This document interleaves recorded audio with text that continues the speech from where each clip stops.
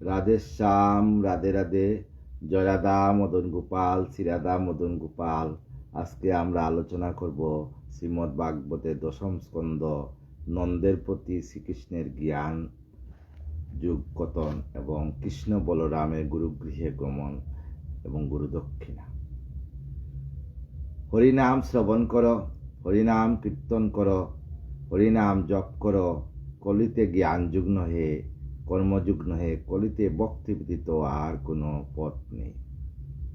তপ্ত কাঞ্চন গৌরাঙ্গিনী রাধে বৃন্দাবনেশ্বরী, বিশ্ববানুসুতাঙ্গে প্রণমামি হরিপ্রিয়।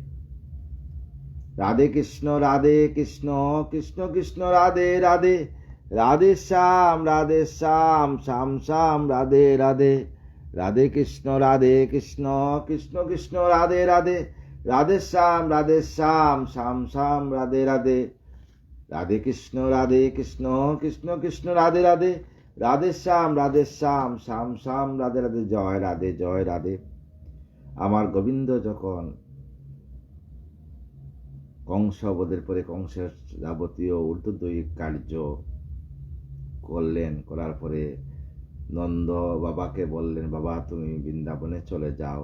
নন্দ খুব কান্নাকাটি করার পরে আমার গোবিন্দ জ্ঞান যুগ আলোচনা করলেন বাবার সঙ্গে। সুখদেব কয়ে তবে শুন রাজন, অতপর কয়ে আমি অপূর্ব কখন। শ্রীহরি কয়েন শুনো গোপের ঈশ্বর, জ্ঞান উপদেশ কই শুনত তপর। এই যে দেখেছ তুমি অনন্ত সংসার, অনিত্য জানিবে সব নাই কিছু আর। অনন্ত সংসার, কিছু নেই, সব অনন্ত। মায়াময় জগতে জলবিম্বু পায়, ক্ষণস্থায়ী হয় ইয়া ক্ষণে লোপ পায়। সেই মতো এ জগতে মনেতে জানিবে, মোহময় ইয়া হয় শুনো কই কবে। ইয়া সব মোহমায়া। মায়াতে মোহিত জীব রহে অনুক্ষণ, মায়াতীত সত্য জ্ঞান করে সর্বজন। এই যে দেখিছ দেহ কিছুই এ নয়, এই দেহ কিছু নয়। নিশ্চয় জানিও ইয়া পঞ্চভূতম। এই দেহটা কিন্তু পঞ্চভূত, এটার মধ্যে কিছুই নাই। পদ্মপত্রে জল জোতা টলমল করে, জীবের জীবন মাত্র সেই মতো ধরে। পদ্ম পাতার মধ্যে জলে টলমল করে না, আমাদের জীবনটা ঠিক তাই। জীবেতে জীবন মাত্র এই রূপ ধরে। যখন সে পরমায়ু করে পলায়ন, পাছে পাছে মিশাইবে জানিবে তখন। সকলের মায়া বসে হয় হীনমতি, তাহাতে জীবর হয় অশেষ দুর্গতি। দেহের কারণ হয় আত্মা সর্বময়, অপর সকল যাহা আমাতে আশ্রয়। আমি যদি দেহচারী যাই স্থানান্তরে, তখন ওই জীবগণ শূন্য দেহ পড়ে। এই যে দেহের মধ্যে গোবিন্দ বলছেন আমি আছি, আমি যখন যাই তখন শূন্য হয়ে মাটিতে কাঁচা পড়ে যায়। মৃত হেতু সকলের করে হেন হেয় জ্ঞান, কহিনু তোমারে আমি প্রকৃতি বিধান। ওহে নন্দ শুনো তুমি আমারও বচন, যখন না রহে এই জীবের জীবন। এই দেহেতে যখন জীবের জীবন না থাকে, এই পঞ্চভূত দেহ অচল যে হয়, অচল হয়ে যায়। এই দেহ, সব দেহ ডেড বডি, পঞ্চভূতে লীন হয়ে রয়। বিনাশ কারণ আমি জানিবে নিশ্চয়, আমি কিন্তু বিনাশ কারণ। বিপরীত ভাব জীব মোহে বসে হয়, বিপরীত ভাবে মোহে বসে হয়। সুখে হয় রত জীব মোহেরও কারণ, সুখে বিপরীত হয় নির্বুদ্ধ যে জন। জানি জন জ্ঞানীগণ জন, সুখীন অগমহামতি। সুখ নাই করে সে হয় সাধুমতি। সব কথা কইলাম তোমারে এখন, অপর শুনো পিতা জ্ঞানের কথন। ষড়রিপু হতে হয় অধর্ম সঞ্চয়, আমাদের কামকুদ মদ লোভ মোহমাশ্চর্য। ষড়রিপু থেকে আমাদের অধর্মের সঞ্চয় হয়।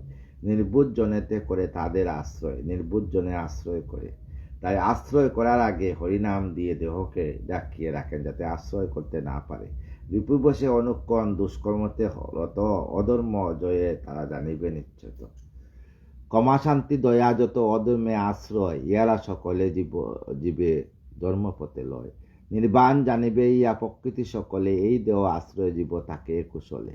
আমি সর্বময় তুমি জানিও মনেতে, ব্রহ্মা বিষ্ণু আদি জন্ম জানিব আমাতেই ব্রহ্মা বিষ্ণু সবকিছু আমার মধ্যেই, আমি ছাড়া কিছু নাই। আমার গোবিন্দ বলছেন আমার সকল অংশ ওহে ব্রজরায়, আমাতেই সৃষ্টি স্থিতি, আমাতেই লয়।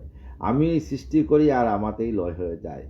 জরা মৃত্যু আদি আমি কই যে তোমারে, এতএব বাব পিতা একান্ত আমারে। তাই একান্ত তুমি অনাদি আদি গোবিন্দ, সেই নারায়ণ রূপ যে আমি, সেটাই কে বোঝনা করো। মহাভক্ত যেবা নয় শুনো পিতানন্দ, না হয় কুশল তার করে কার্যমন্দ, কুশল হবে না তার। যারা সদা ভক্তিযুক্ত রহে মোরপতি, রিপুবশ নয় তারা শুনো মহামতি। হীন কার্য তাদের নাহি রয়ে মন, হীন কর্ম যথা তথা না করে গমন। মমভক্ত সদা করে আমারও সাধন, লবয়ে পরম জ্ঞান তারা সর্বক্ষণ। মধুসূদন মন্ত্র জপ অবিরত, অবিরত মধুসূদন মন্ত্র জপ করবেন, তাহাতে হইবে সিদ্ধ, হইও নিশ্চিত। তাহাতে গুরু যে নাম দিয়েছেন, সে নাম জপ করলে আপনার সর্ব কাজ সিদ্ধ হবে। এই মন্ত্র একান্ত জপিবে অনুক্ষণ, তাহাতে পাইবে মুক্তি বেদের বচন। বেদের বচনিয়া গুরুমন্ত্র সত্য, এই গুরুমন্ত্র মুক্তি করে। এই মন্ত্র জপি যুগে আদিমুনি চয়, সিদ্ধ হয় সকলতে কহিনু নিশ্চয়। শুনিলে কৃষ্ণের কথা নন্দ মহামতি, অন্তরে হইল তার জ্ঞানের উৎপত্তি। তবে নন্দরাজ হয় সচঞ্চল মন, গোপগণ সহসবে করিল গমন। ব্রজদামে যান তবে আকুল অন্তর, বাগবত কথা হয় সুদার সাগর। তখন নন্দ বাবা শ্রীরাম সুদাম সবাইকে নিয়ে ব্রজদামে চলে গেলেন। সুবোধর চিলগীত কৃষ্ণমতি রাকিমতি, বাগবত শুনো হবে গোলকের প্রতি। এই গোলকের প্রতি বাগবত, সেই বাগবত কথা শুনবেন, দেখবেন মনের মধ্যে আনন্দ পাবেন এবং রাধারানীর যুগল চরণ লাভ করবেন। শ্রীকৃষ্ণ বলরামের গুরুগৃহে বাস গুরু দক্ষিণা। সুখদেব কয়ে রাজা করো শ্রবণ, কোন নীলা মথুরাতে হইল তখন। তারপর মথুরাতে কোন নন্দগু সে প্রভু দিয়া সান্ত্বনা করিল। নন্দ নিরানন্দ মনে বৃন্দাবনে গেল, নিরানন্দ ভাবে বৃন্দাবনে চলে গেলেন। তবে বসুদেব হইল আনন্দে মগন, সংস্কার করিতে ইচ্ছা করিল তখন। সংস্কার করার জন্য গর্গাচার্য দ্বিজগণ আনাইয়া কাজ কত, উচিত সংস্কার উবে দেন মনোরথ। মধুপুরে মহোৎসব হয়ে সেই কালে, উপনয়নাদি আদি কার্য হয় কুতুল। তখন আমার গোবিন্দের উপনয়ন কার্য করলেন, গর্গাচার্য আসে। অনশন অগণন দেনুগণ দ্বিজগণে পায়, রূপ সুপ দে কত শঙ্কা নাই তাই। কত সোনার উপাদান করছেন ব্রাহ্মণকে। বিধিমতে করে সবে কার্য সমাপন, অপরে শুনো রাজা অপূর্ব আখ্যান। তারপর শুনো, দ্বিজত্ব করিলা লাভ বাই দুইজন, ব্রাহ্মণ হয়ে গেলেন আমার ভগবান শ্রীকৃষ্ণ আর বলরাম। ব্রহ্মচর্য ব্রত তারা করিলা ধারণ, ব্রহ্মচর্য। পরম ঈশ্বর তারা মায়ারও আপন, শতসিদ্ধ জ্ঞানপদ করিল গোপন। সর্বজ্ঞ মহান যারা জন্মিয়া ধরায়, এই রূপে নরলীলা করিতে স্বেচ্ছায়। ধরাতে জন্ম নিয়ে আপনি আচরে ধর্ম জীবকে শিখায়। জীবকে শিখাবার জন্য আমার গোবিন্দ এই সমস্ত কাজ করছেন। রামকৃষ্ণ দুই ভাই বিচারিল মনে, পাঠার্থী হইয়া গেল গুরুর ভবনে। তাই গুরু গিয়ে চলিয়া গেলেন। অবন্তী নগরে দাম সন্দীপনী নাম, পরিবারে তথা জান কৃষ্ণ বলরাম। যাইয়া দ্বিজের পদে পনতি করিল, বিবরণ সব কথা সব তারে নিবেদিল। শ্রবণে সানন্দ চিত্তে মুনি মহাশয়, শিখাইলা বহু বিদ্যা শঙ্কা নাই হয়। বহু বিদ্যা শিখাইয়া দিয়েছেন। মনের হরসে তবে বাই দুইজন, শিখিল বিবিধ বিদ্যা আনন্দিত মন। তবে গুরুপদে দুইহে প্রণাম করিল, মৃদুবাসে মুনি তবে কহিতে লাগিল, অগ গুরু মহামতি করি নিবেদন, তোমার কৃপায় মোরা বাই দুইজন। শিখিনু বিবিধ বিদ্যা তোমার প্রসাদে, গিয়েতে যাইব এবে মনেরও আহ্লাদে। বহুদিন গৃহে চারা শুনো মহাশয়, মাতা পিতা আছে অতি দুঃখিত হৃদয়। এতে এব মাগিল দক্ষিণা এখন, শীঘ্র গতি গৃহে মোরা করিব গমন। কৃষ্ণের বচন শুনি তবে মুনি বর, গৃহিণীর পাশে যায় আনন্দ অন্তর। নিবৃত্তে মন্ত্রণা করি দুইজনে, কৃষ্ণের নিকটে আসে সহাস্য বদনে। আসলেন গুরুদেব এবং গুরুমা। পরম কারম কৃষ্ণ জানিয়া অন্তরে, কইতে লাগিল মুনি তাদের গোচরে। শুনো বাপ রামকৃষ্ণ আমারও বচন, তোমাদের হেরে সুখী চিনু দুইজন। তোমাদের পেয়ে খুব আনন্দিত ছিলাম আমরা। এবগৃহে যাব বাপু মোদেরে ছাড়িয়া, কিরূপে রইব বাপু জীবন দরিয়া, কিরূপে থাকব। সবাই মাত্র ছিল পুত্র একটি রতন, সমুদ্রে মরিল সেই আমারও নন্দন। সেই সুখে নিরানন্দ অন্তর আমার, এখন কেবলমাত্র রোদনের সার। আমার একটা ছেলে ছিল, সেই ছেলে সমুদ্রে পড়িয়া দেহ ত্যাগ করছে। আর পাই নাই, তাই আমাদের রোদন ছাড়া কিছু নেই।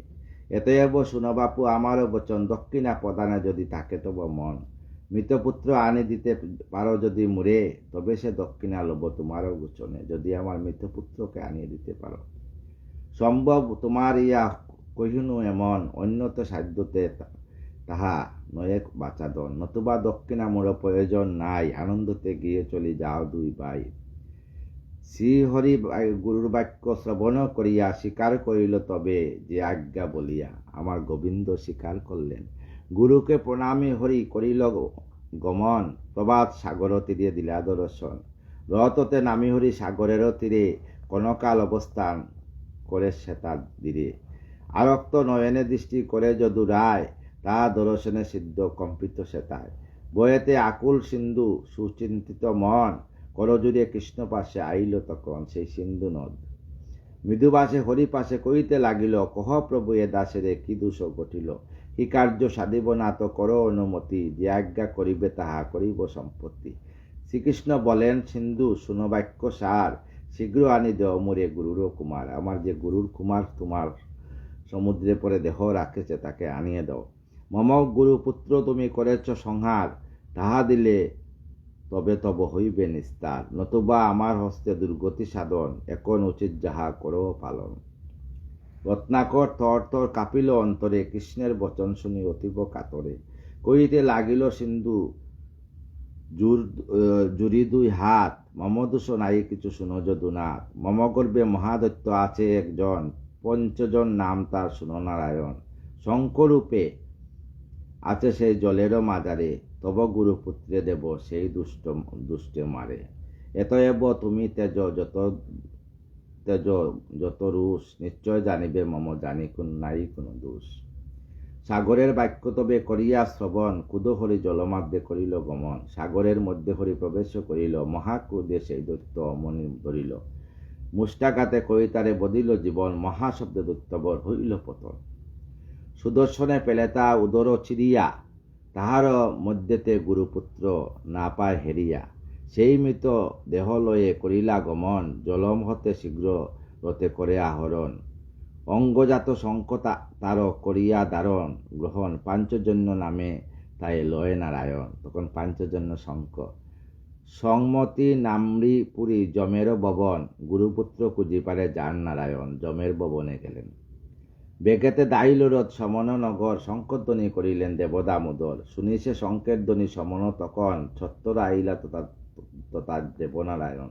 কৃতাঞ্জলি হইয়াছে সমন আইল, ভূমিতলে পড়িতে হরি পদে প্রণামিল। আদরে বলায় তবে রতন আসনে বসায়, রতন আসনে বসাইলেন গোবিন্দকে। করিল বিবিধ পূজা অতি সযতনে, বহু স্তব করে তবে দেবতা সমন, সকল ভূতের তুমি আশ্রয় কারণ। অহে দেব সর্বসার সবারও আশ্রয়, সর্বদার গুণা করো অহে দয়াময়। অবনীর বার দেব করিতে হরণ, মায়াতে মানবরূপ করিলে দারণ। দুষ্টের দমনকারী পালশিষ্ট জনে, অধীনের দোষ যত কময় এক কণে। সার্থক জনম মম সফল জীবন, মমবাসে আগমন কর কহ কি কারণ। পবিত্র হইল পুরী তব পদার্পণে, কি কার্য করিল দেব বল এক্ষণে। এ দাসরে কৃপাময় কহ কৃপা করি, এক্ষণে পালিব তব আজ্ঞা হয়ে হরি। সমনের বাক্য তবে দৈবকী নন্দন, মৃদুবাসে কয়ে শুনো আমারও বচন। গুরুপুত্রে শীঘ্র আনি দেও মোরে, বিলম্বনা সয়ে আমি কইনু তোমাকে। গুরুপুত্রকে শীঘ্র আনি দেও, যদ্যপি সে আপনারও কর্মেরও কারণ। কালো পাত্রে আসিয়াছে তোমারও সদন, আপনি বাঁচাও তারে আমারও বচন। এই কার্য হেতু মোরে হেতা আগমন। শুনিয়া অমনি যা যমদম ডর, গুরুপুত্রে উপস্থিত করে তো তপর। শ্রীকৃষ্ণ চরণে আসি পড়িল তখন, নারায়ণে হেরি যম আনন্দে মগন। সমনে প্রবোধ হরি অনেক করিল, গুরুপুত্রে লয়ে হরি রতে আহরিল। আনন্দে চলিল হরি অবন্তী নগর, উপনীত গুরুবাস হইল সত্তর। পুত্র দিয়া গুরুপদে প্রণাম করিল, পুত্ররে পাইয়া মনি বিস্ময় মানিল। পুত্র পেয়ে মনিবর আনন্দ অন্তর, কৃষ্ণ বলরাম পতি করিল উত্তর।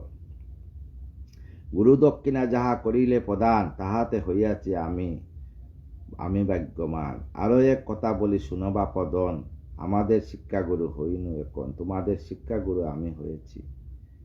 এ হতে কি হবে আর মমভাগ্য দয়, অধ্যাপনা সিদ্ধ আজ আমারও নিশ্চয়।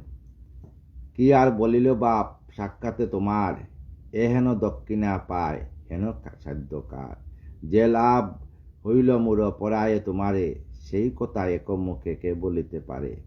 অদ্ভুত রহিল অদ্ভুত কীর্তি জগত ভিতরে, এক্ষণে গৃহেতে যাও তোমরা সত্তরে। সিদ্ধ মনোরথ মম হল এক্ষণে, আমি গুরু পবিত্র যে তোমার দর্শনে। যাও গৃহে দুই ভাই আনন্দিত মনে, তোমারও যশ যেন রটে ত্রিভুবনে। গুরু আজ্ঞা শিরে ধরি ভাই দুইজন, ধরাগতি রথপরি করে আহরণ। মথুরার পথে তবে গমন করিল, পবন গতিতে রথ অমনি চলিল। উপনীত হল রথ মথুরা নগরে, করিলেন শঙ্করধ্বনি আনন্দ অন্তরে। শ্রবণেশে ধ্বনি যত, তবে যত প্রজাগণ, রামকৃষ্ণ দর্শনে করিল গমন। পিতামাতা দর্শনে হয়ে আনন্দিত, প্রণমে চরণে তবে হয়ে পুলকিত। পিতামাতা সুখী অতি, পুত্র দর্শনে সুবোধ রচিল গীত, শুনো ভক্তিজনে। আগামীকাল আমরা আলোচনা করব উদ্ভবের ব্রজে আগমন। সমস্ত সাধুগুরু বৈষ্ণবের চরণে আমার দণ্ডবোধ প্রণাম। এই ভাগবত কথা বলতে গিয়ে যদি কোনো অপরাধ হয়, আমার অপরাধ ক্ষমা করবেন এবং আমাকে কৃপা দান করবেন, যেন শেষের দিনে রাধা রাধা নাম করে বৃন্দাবনের রাধানের যুগল চরণে এই দেহকে রাখতে পারি। রাধে কৃষ্ণ কৃষ্ণ কৃষ্ণ রাধে রাধে, রাধে শ্যাম শ্যাম শ্যাম রাধে রাধে। জয় রাধে জয় রাধে জয় রাধে জয় রাধে, জয় রাধে জয় রাধে জয় রাধে জয় রাধে শ্যাম।